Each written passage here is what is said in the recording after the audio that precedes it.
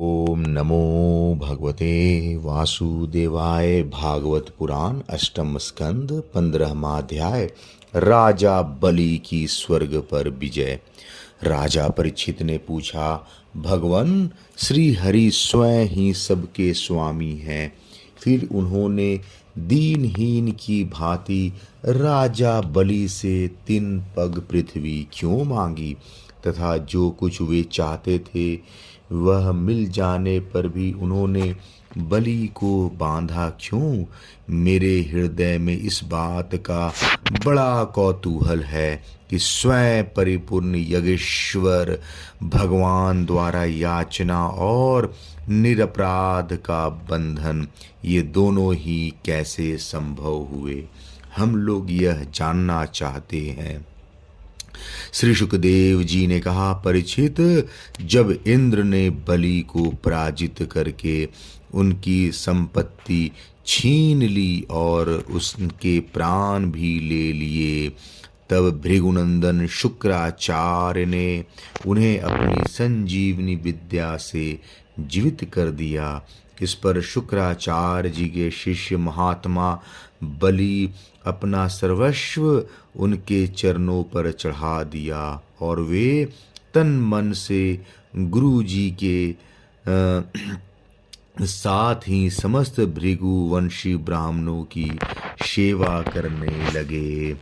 इससे प्रभावशाली भृगुवंशी ब्राह्मण उन पर बहुत प्रसन्न हुए। उन्होंने स्वर्ग पर विजय प्राप्त करने की इच्छा वाले बलि को महाभिषेक की विधि से अभिषेक करके उनसे विश्वजीत नाम का यज्ञ कराया।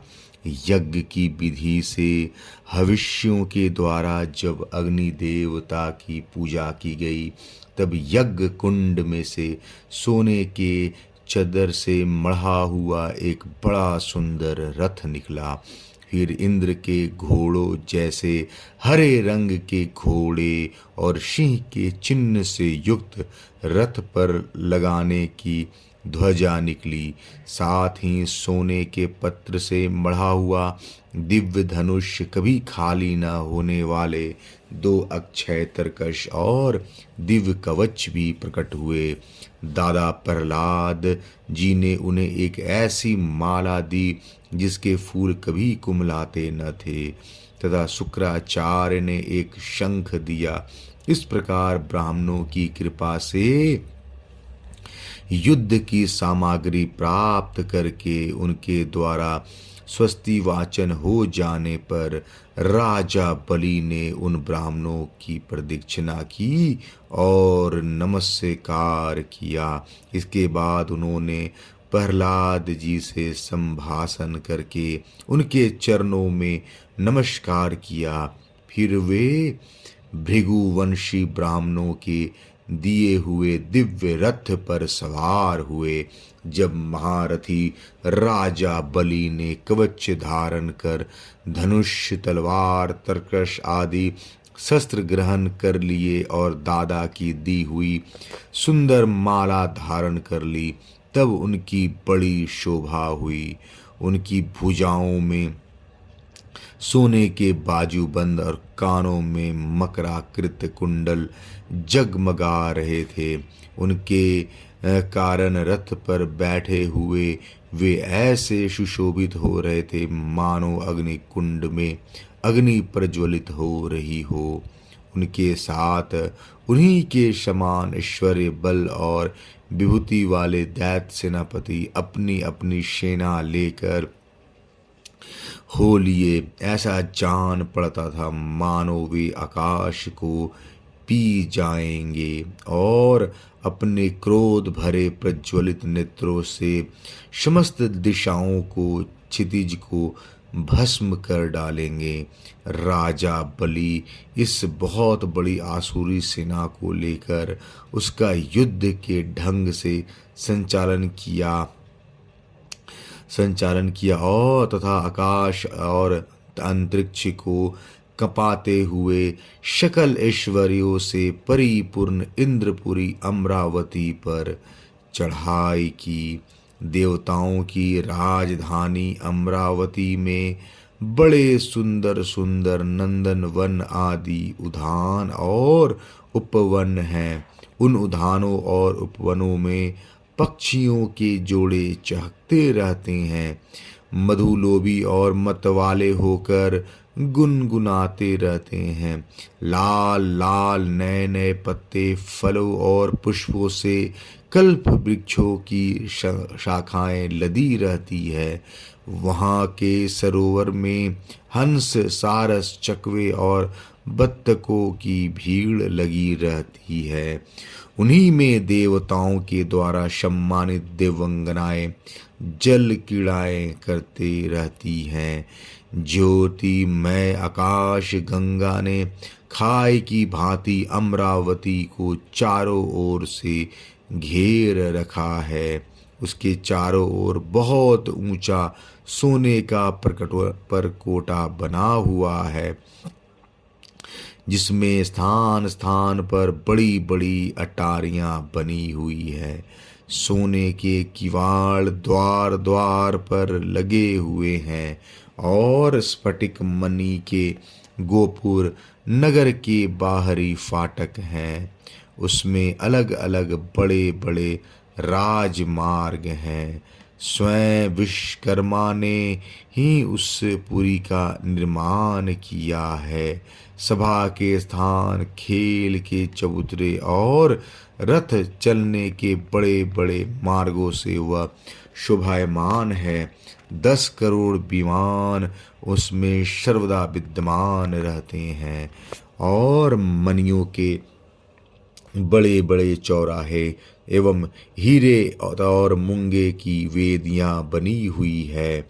वहाँ की स्त्रियां सर्वदा 16 वर्ष की सी रहती हैं। उनका यौवन और सौंदर्य स्थिर रहता है। वे निर्मल वस्त्र पहनकर अपने रूप की छटा से इस प्रकार देदीप्यमान होती हैं जैसे अपनी ज्वालाओं से अग्नि। दिवंगनाएं के जूड़े से गिरे हुए नवीन सौगंधित पुष्पों की सुगंध लेकर वहाँ के मार्गों में मंद मंद हवा चलती रहती है। सुनहली खिड़कियों से अगर की सुगंध से युक्त सफेद धुआं निकल निकल कर वहाँ के मार्गों को ढक दिया करता है। उसी मार्ग से दिवंगनाएं जाती आती हैं। स्थान स्थान पर मोतियों की झालरों से सजाए हुए चंदोवे तने रहते हैं। सोने की मनियां पतकाएं फहराती रहती हैं। छज्जों पर अनेकों झंडियां लहराती रहती हैं। मोर, कबूतर और भौरे कलगान करते रहते हैं। दिवंगनाओं के मधुर संगीत से वहाँ सदा ही मंगल छाया रहता है। मृदंग, शंख, नगारे, ढोल, वीणा, वंशी, मंजीरे और रिष्टियाँ बजती रहती है। गंधर्व बाजों के साथ गाया करते हैं और अप्सराएं नाचा करती हैं। इनमें अमरावती इतनी मनोहर जान पड़ती है मानो उसने अपनी छटा से छटा की अधिष्ठात्री देवी को भी जीत लिया है। उस पुरी में अधर्मी, दुष्ट, जीवद्रोही, ठग, मानी, कामी और लोभी नहीं जा सकते। जो इन दोषों से रहित हैं वही वहां जाते हैं। असुरों की सेना के स्वामी राजा बलि ने अपनी बहुत बड़ी सेना से बाहर की ओर सब ओर से अमरावती को घेर लिया। इंद्रपत्नियों के हृदय में भय का संचार करते हुए उन्होंने शुक्राचार्य के दिए हुए महान शंख को बजाया। उस शंख की ध्वनि सर्वत्र फैल गई। इंद्र ने देखा कि बलि ने युद्ध की बहुत बड़ी तैयारी की है, अतः वह सब देवताओं के साथ वे अपने गुरु बृहस्पति जी के पास गए और उनसे बोले, भगवान, मेरे पुराने शत्रु बलि ने इस बार युद्ध की बहुत बड़ी तैयारी की है। मुझे ऐसा जान पड़ता है कि हम लोग उनका सामना नहीं कर सकेंगे। पता नहीं किस शक्ति से इनकी इतनी बढ़ती हो गई है। मैं देखता हूँ कि इस समय बलि को कोई भी किसी प्रकार से रोक नहीं सकता। वे प्रलय की आग के समान बढ़ गए हैं और जान पड़ता है मुख से इस विश्व को पी जाएंगे, जीव से दशों दिशाओं को चाट जाएंगे और नेत्रों की ज्वाला से दिशाओं को भस्म कर देंगे। आप कृपा करके मुझे बतलाइए कि मेरे शत्रु की इतनी बढ़ती का जिसे किसी प्रकार भी दबाया नहीं जा सकता क्या कारण है। इनके शरीर, मन और इंद्रियों में इतना बल और इतना तेज कहाँ से आ गया है कि इसने इतनी बड़ी तैयारी करके चढ़ाई की है। देव गुरु बृहस्पति जी ने कहा, इंद्र, मैं तुम्हारे शत्रु बलि की उन्नति का कारण जानता हूँ। ब्रह्मवादी भृगुवंशियों ने अपने शिष्य बलि को महान तेज देकर शक्तियों का खजाना बना दिया है। सर्वशक्तिमान भगवान को छोड़कर तुम या तुम्हारे जैसा और कोई भी बलि के सामने उसी प्रकार नहीं ठहर सकता जैसे काल के सामने प्राणी। इसलिए तुम लोग स्वर्ग को छोड़कर कहीं छिप जाओ और उस समय की प्रतीक्षा करो जब तुम्हारे शत्रु का भाग्य चक्र पलटे। इस समय ब्राह्मणों के तेज से बलि का उत्तरोत्तर वृद्धि हो रहा है। उसकी शक्ति बहुत बढ़ गई है। जब यह उन्हीं ब्राह्मणों का तिरस्कार करेगा तब अपने परिवार परिकर के साथ नष्ट हो जाएगा।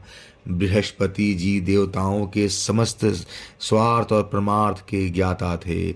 उन्होंने जब इस प्रकार देवताओं को सलाह दी तब वे स्वेच्छानुसार रूप धारण करके स्वर्ग छोड़कर चले गए।